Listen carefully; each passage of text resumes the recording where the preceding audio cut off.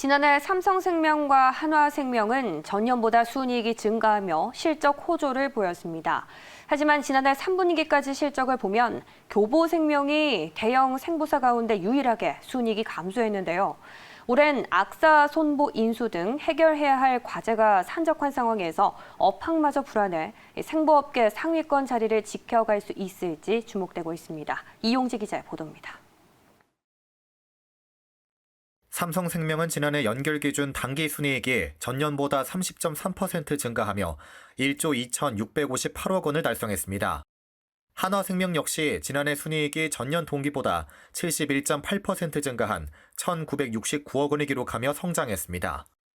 이들은 지난해 3분기까지 누적 순이익도 각각 전년 같은 기간보다 1.9%, 56.3% 증가하며 견조한 실적을 나타냈습니다.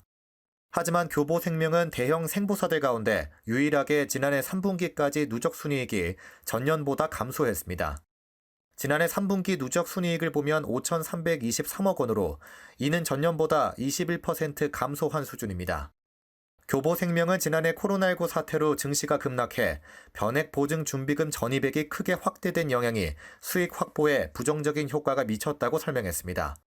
이러한 가운데 저금리 기조 확대와 새 국제회계 기준 대비까지 겹치며 생보업계 불황도 실적 성장에 걸림돌로 작용할 전망입니다.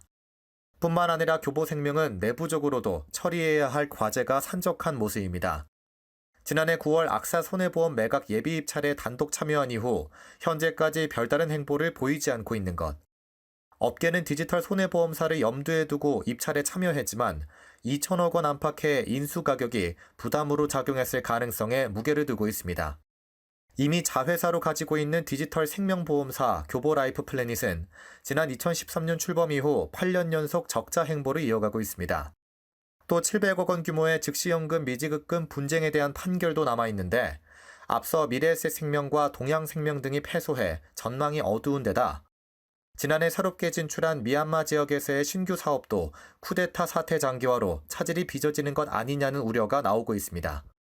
기존 보험 영업을 강화하는 동시에 신성장 동력을 확보하자는 양손잡이 경영을 강조한 신창재 회장이 눈앞에 닥친 난관을 어떻게 헤쳐나갈지 주목됩니다.